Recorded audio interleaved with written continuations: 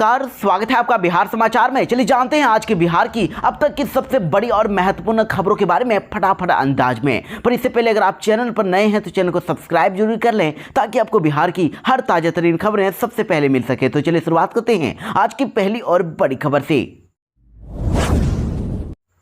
इस वक्त की बड़ी खबर आ रही है बिहार में। अब मुख्यमंत्री नीतीश कुमार ने अपने बेटे निशांत कुमार की अब राजनीति में एंट्री करवा ली है। मुख्यमंत्री नीतीश की होली की इनसाइड स्टोरी कुछ अलग ही है। होली तो बहाना था, निशांत को आगे बढ़ाना था। जी हां, जिस बात को लेकर पिछले कुछ दिनों से चर्चा थी आखिरकार उस पर मुहर लग गया है।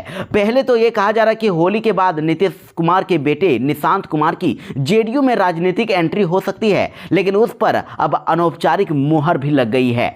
निशांत कुमार की जेडीयू में राजनीतिक लॉन्चिंग हो गई है। जी हां, ये बात हम नहीं कह रहे हैं, बल्कि एक अन्य मार्ग से बाहर निकलने पर जेडीयू नेता और कार्यकर्ताओं ने खुद ये बात कही है। कहते हैं कि राजनीति में इशारा ही सब कुछ होता है, तभी तो इशारों ही इशारों में नीतीश कुमार ने अपने बेटे की राजनीतिक लॉन्चिंग कर दी है। देखिए, जेडीयू के नेता कमल नेपानी प्रदेश महासचिव ने कहा कि हम लोगों ने मुख्यमंत्री नीतीश कुमार से मुलाकात की और उनका आशीर्वाद प्राप्त किया। इस बार हम लोग उनके पुत्र निशांत से भी मिले और निशांत ने भी हम लोगों को बधाइयां दी। निशांत आने वाले दिनों में जेडीयू की राजनीति में सक्रिय होंगे, ऐसा हम लोगों को आभास हो रहा है।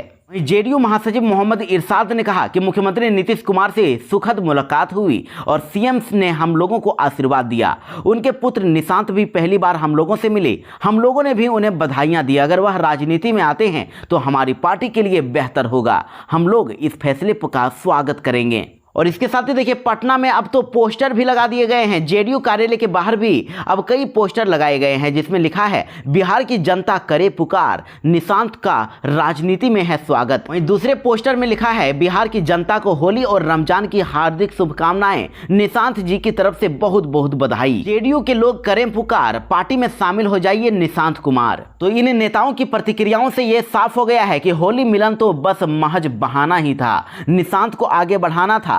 9 साल बाद मुख्यमंत्री निवास में होली मनाई गई और खास बात यह रही कि मुख्यमंत्री नीतीश कुमार के पुत्र निशांत कुमार भी इस होली में सक्रिय दिखे।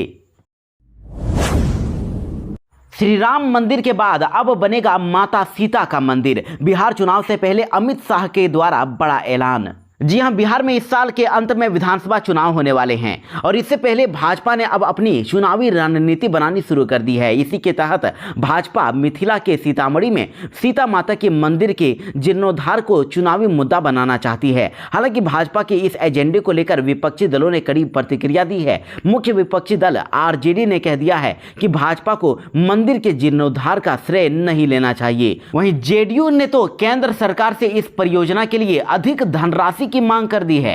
देखिए, अहमदाबाद में शाश्वत मिथिला महोत्सव 2025 कार्यक्रम को संबोधित करते हुए अमित शाह ने बड़ा ऐलान किया। उन्होंने दावा किया है कि सीता माता का एक भव्य मंदिर बनाया जाएगा। अयोध्या से जनकपुर तक अब सीधी मिलेगी ट्रेन सेवा, रेल से जुड़ेंगे श्री राम और माता सीता के तीर्थ।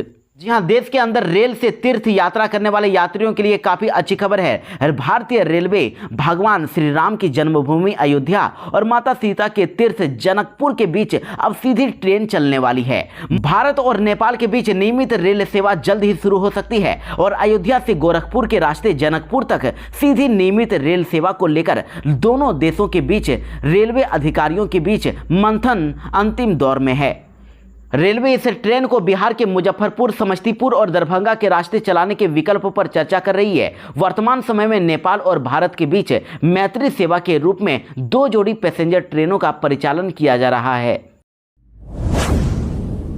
बिहार में एक बार फिर से जल्द ही आने वाली है शिक्षकों की वैकेंसी। बीपीएससी टीआरई 4.0 की तैयारी करने वाले युवाओं के लिए बड़ी खबर। जी हां, बिहार में इस साल विधानसभा का चुनाव होना है, तो ऐसे में इस साल सरकारी नौकरी की तलाश करने वाले युवाओं के लिए काफी महत्वपूर्ण माना जा रहा है। ऐसा चर्चा है कि चुनावी साल में सरकार बड़े पैमाने पर बहाली निकालने वाली है। और देखिए, शिक्षा मंत्री ने तो अब बड़ा ऐलान कर दिया है। उन्होंने कहा है कि जल्द ही बड़े पैमाने पर बिहार में एक बार फिर से शिक्षकों की बहाली होने वाली है। दरअसल इधर नीतीश सरकार ने घोषणा की है कि 13,700 शिक्षकों की जल्द ही नियुक्ति होगी। वहीं दिव्यांग बच्चों को पढ़ाने के लिए भी 7,279 विशेष शिक्षकों की नियुक्ति भी होने वाली है, जिसकी प्रक्रिया शुरू भी हो गई है। इन पदों पर नियुक्ति के लिए बिहार लोक सेवा आयोग यानी बीपीएससी को अब अधियाचना भी अब भेज दी गई है। शिक्षा मंत्री सुनील कुमार ने विधानसभा में इसका जवाब दिया है। बिहार सरकारी स्कूल में बदला परीक्षा का नियम। पहली से 12वीं तक के परीक्षा पैटर्न में हुआ बड़ा बदलाव। जी हां, बड़ी खबर है। बिहार में अब सरकारी और साथ ही सरकारी सहायता प्राप्त विद्यालयों में पहली से 12वीं तक के कक्षा तक की में पढ़ने वाले विद्यार्थियों को अब मासिक परीक्षा नहीं देनी होगी। इसको लेकर प्राथमिक शिक्षा एवं समग्र शिक्षा अभियान के जिला कार्यक्रम पदाधिकारी प्रवीण कुमार ने सभी प्रधानाध्यापक समेत बीडीओ को पत्र जारी कर दिया है। पत्र में उन्होंने कहा है कि परीक्षा प्रणाली में कई बदलाव किए गए हैं। देखिए, कहा जा रहा है कि छात्रों के लिए अब मासिक परीक्षा नहीं होगी, केवल साप्ताहिक परीक्षा ही होगी। अब कैलेंडर वर्ष 2025 से विद्यालयों में विद्यार्थियों के लिए मासिक परीक्षा का आयोजन तो नहीं होगा, लेकिन आंतरिक मूल्यांकन के तहत जो साप्ताहिक परीक्षा हर सोमवार को होती है वो होती रहेगी। और अगर किसी वजह से अगर सोमवार को छुट्टी हो जाती है तो उसके अगले दिन परीक्षा ली जाएगी। परीक्षा का आयोजन विद्यालय स्तर पर होगा और आंतरिक मूल्यांकन के बाद विद्यार्थी और अभिभावक को मूल्यांकन से अवगत कराया जाएगा कि विद्यार्थी ने कितने मार्क्स लाए हैं। बिहार को बहुत ही जल्द मिलेगा चौथा एयरपोर्ट। अंतिम चरण में है हवाई अड्डे का निर्माण कार्य। 2 राज्यों के लोगों को होगा फायदा। बिहार को जल्द ही पूर्णिया एयरपोर्ट के रूप में राज्य का चौथा एयरपोर्ट मिलने जा रहा है। आधिकारिक सूत्रों के मुताबिक इस एयरपोर्ट का निर्माण कार्य तेजी से जारी है और जुलाई 2025 से पहले ही इसे पूरा कर लिया जाएगा। और इस एयरपोर्ट के चालू हो जाने से सीमांचल क्षेत्र के लोगों को सीधा लाभ मिलेगा। इसके अलावा झारखंड, पश्चिमी बंगाल और नेपाल के यात्रियों के लिए भी यह सुविधा उपयोगी होगी। वर्तमान में अभी बिहार में केवल पटना, गया और दरभंगा में ही हवाई सेवा उपलब्ध है, यहीं पर एयरपोर्ट है। लेकिन पूर्णिया एयरपोर्ट के शुरू होते ही राज्य का चौथा ऑपरेशनल एयरपोर्ट बन जाएगा। होली पर पवन सिंह की पत्नी ज्योति सिंह ने किया बड़ा ऐलान। काराकाट से लड़ेंगी विधानसभा चुनाव। रोहतास जिले के डेहरी में भोजपुरी फिल्मों के पावर स्टार पवन सिंह की पत्नी ज्योति सिंह ने खुलासा करते हुए कह दिया है कि वो और उनके पति पवन सिंह यदि दोनों चुनाव मैदान में आते हैं तो वो यह उनके लिए बड़ी खुशी की बात होगी। बातचीत के दौरान उन्होंने खुद काराकाट सीट से विधानसभा चुनाव लड़ने की भी बात कही। इसके साथ ही ज्योति सिंह ने यह भी कहा कि वह अपने सीट के अलावे अपने पति पवन सिंह के सीट पर भी चुनाव प्रचार करने के लिए वक्त निकालेंगी, क्योंकि रिश्तों में वक्त निकालना ही पड़ता है।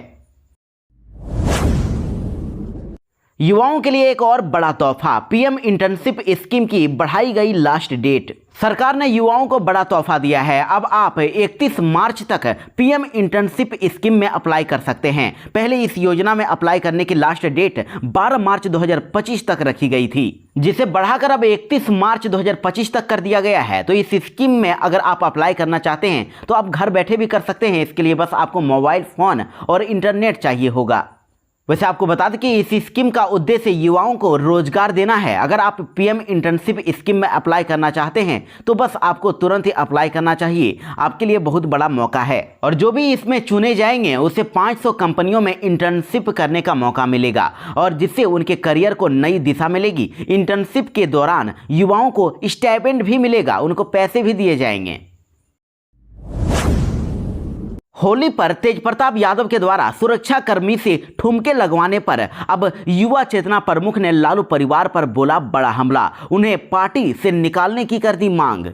जी हां, आरजेडी चीफ और पूर्व मुख्यमंत्री लालू प्रसाद यादव के बेटे तेजप्रताप यादव एक बार फिर से चर्चा में आ गए हैं। होली के मौके पर उनका एक वीडियो वायरल हो रहा है जिसमें वो सिपाही को जबरन ही नाचने को कह रहे हैं और होली की खुमारी में डूबे तेजप्रताप यादव एक सिपाही से कहते हुए नजर आ रहे हैं, ये सिपाही सुनिए, ए दीपक, एक गाना बजेगा, उस पर आपको ठुमका लगाना होगा।